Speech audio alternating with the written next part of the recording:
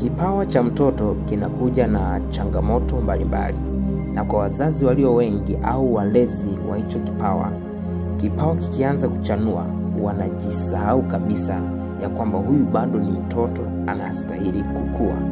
Kwa matunda yakianza kuonekana tu, wanajikuta wanamweka kwenye dimandi kubwa sana, au wanambebisha majukumu makubwa sana kuliko ngazi yake ya ukuaji.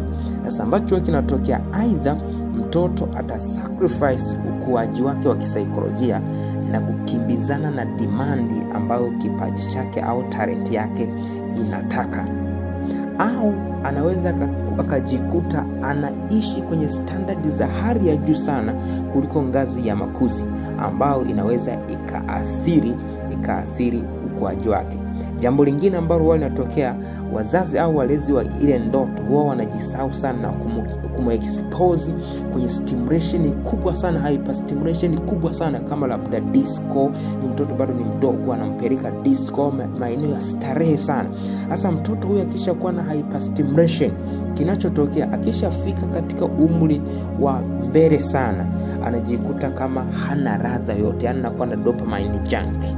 Yani haoni radha yoyote kwenye maisha, japokuwa amefanikiwa. Kwani kuna hatua za ukuaji aliluka, lakini si hivyo, alipata hyperstimulation mapema sana, kiwango sasa ambacho anaona hamna radha yoyote ya kufanya ya mafanikio alionayo. Yani hamna radha yoyote ile anayoipata. Kwani kwa sababu brain yake inadai hyperstimulation kubwa sana zaidi ya hii alionayo sasa hivi.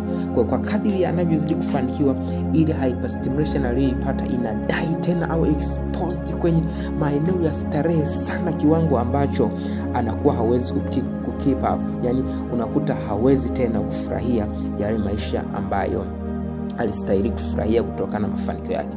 Kwa hiyo ni vizuri kianza kuona kipawa cha mtoto kimeanza kuchanua, usisahau ya kwamba bado ni mtoto.